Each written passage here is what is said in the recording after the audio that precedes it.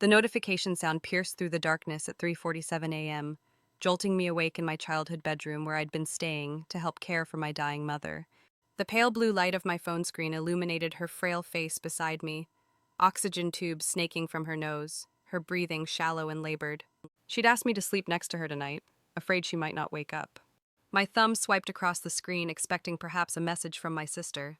Instead, I found myself staring at a message from Richard Blackstone, my boss of 7 years, the CEO of Meridian Financial, where I'd poured my life and soul into building his empire. David, due to recent budget constraints and performance issues, your employment with Meridian Financial is terminated effective immediately. Please return all company property by Friday. Security will escort you out if necessary. Don't make this harder than it needs to be. RB, I read it once. Twice.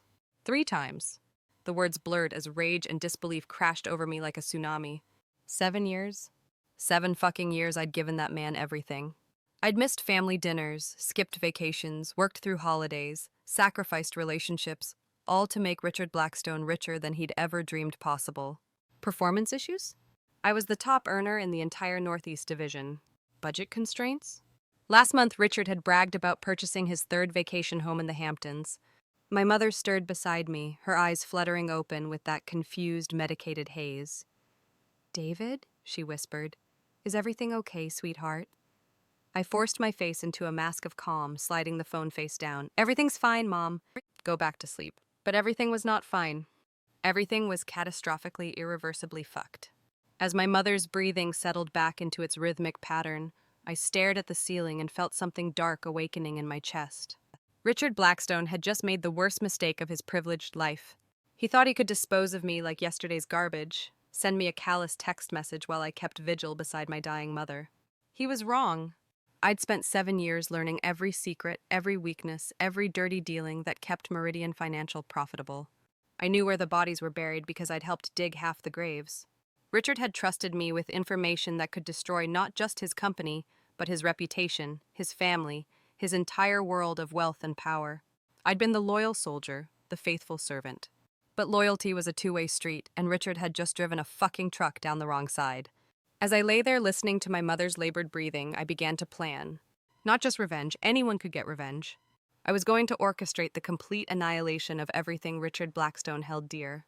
I was going to strip away his wealth, his power, his reputation, and his dignity until he was left with nothing but the hollow shell of the pathetic man he'd always been. He'd fired me by text while I held death watch over the only person who'd ever truly loved me. Now he was going to learn that some actions have consequences that echo through generations. The funeral was on a Tuesday. Mom had held on for 6 more days, her condition deteriorating rapidly. She died at sunset on a Thursday, peacefully in her sleep, her last words a whispered, "I love you, David." The service was small but dignified. Mom had been a high school English teacher for 37 years. I delivered the eulogy in a black suit, my voice steady despite the volcanic rage building inside me. As mourners filed past offering condolences, I spotted Jennifer Walsh, my former colleague at Meridian, approaching with tears in her eyes. "David, I'm so sorry for your loss," she said, embracing me briefly. "Your mother was incredible." "Thank you, Jen. I appreciate you being here." Her expression shifted from sympathy to something more complicated, anger mixed with embarrassment. "David, what Richard did, the way he handled your termination, it was despicable. Half the office was ready to quit when we found out." "Found out what exactly?" "That he fired you by text message while you were caring for your dying mother." Word spread quickly. "People are disgusted." I felt a cold smile tugging at my lips. So the story was circulating. Good. Richard's reputation was taking damage. "What's the official company line?" Jennifer glanced around nervously. "Budget cuts and performance metrics. Same bullshit he fed you. But everyone knows it's because you found out about the Singapore situation." My blood turned to ice. "Singapore? You didn't know?" Her eyes widened. "I thought that's why he fired you. You were asking questions about the Southeast Asian accounts, and then suddenly you're gone."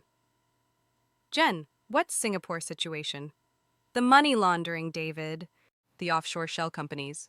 Richard's been washing money for dangerous people through our Singapore branch. Millions of dollars. We're talking federal prison." The pieces clicked into place. I'd been reviewing quarterly reports the week before Mom's decline, noticed irregularities in the Singapore accounts, transactions that didn't match client profiles, shell companies with no business purpose, money flowing in patterns that made no logical sense. Richard must have seen my annotations in the shared files, realized I was getting close to uncovering his criminal enterprise, and decided to eliminate the threat. He hadn't fired me for budget reasons.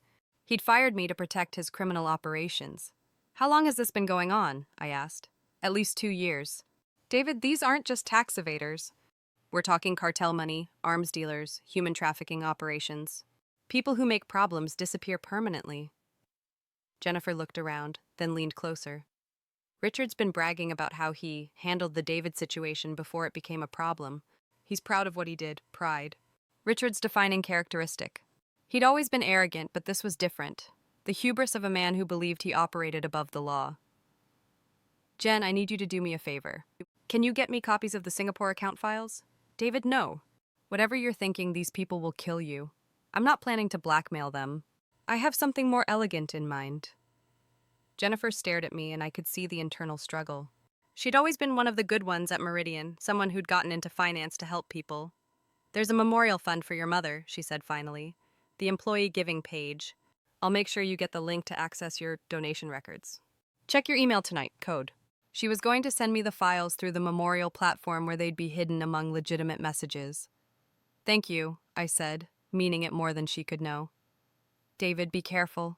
Richard Blackstone is a dangerous man with dangerous friends. I looked at her worried face. Sweet, naive Jennifer. She thought this was about grief, about emotional decision-making. She had no idea that I'd never been thinking more clearly. Don't worry about me, Jen. Worry about Richard.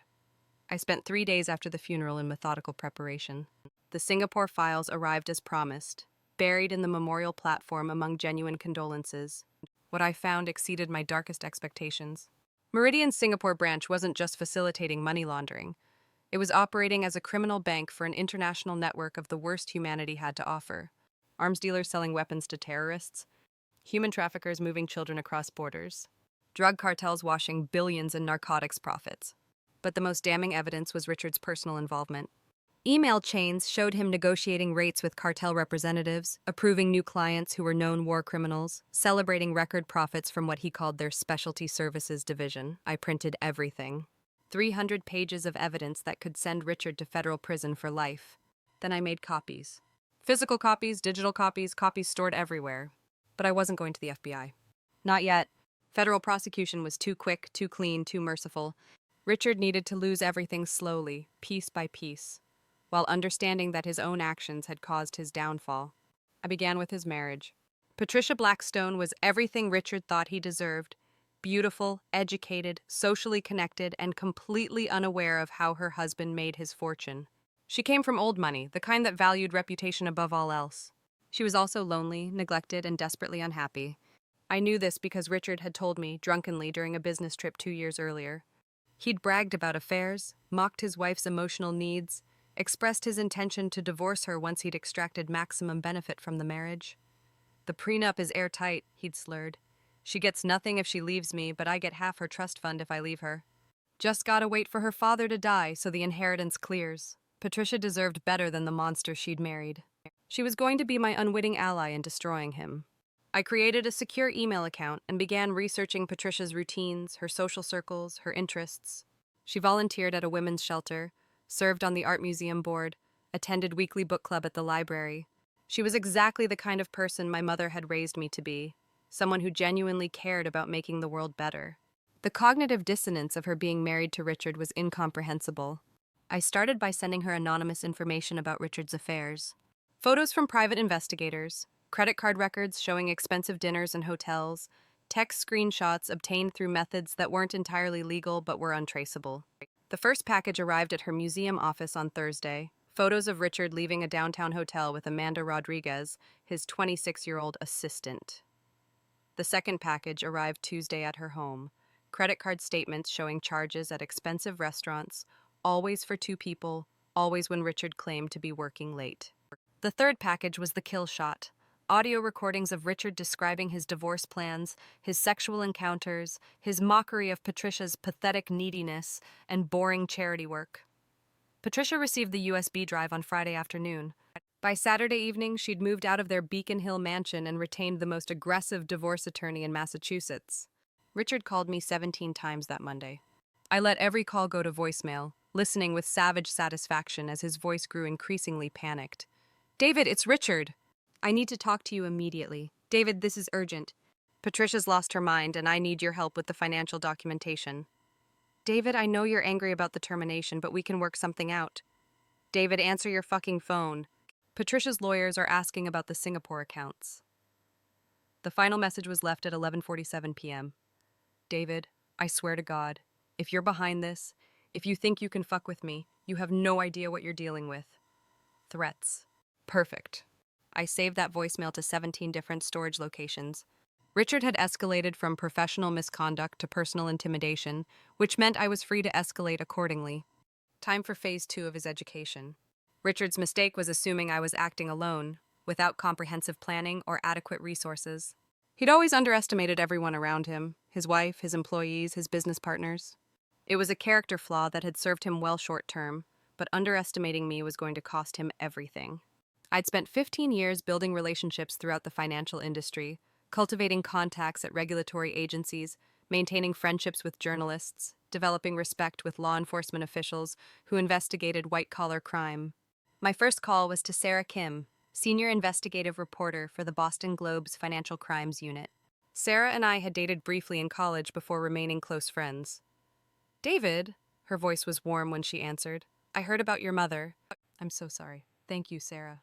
That's actually part of why I'm calling. I found myself with unexpected free time, and I think I have information that could help with one of your investigations. A pause. Sarah's journalistic instincts were razor sharp. What kind of information? The kind that wins Pulitzer Prizes and puts bad people in federal prison. International money laundering for cartels, arms dealers, human traffickers. Hundreds of millions of dollars. A sitting CEO personally directing criminal operations. Another pause. Jesus, David. Are you sure about this? This kind of story can make enemies who don't just sue you, they make you disappear.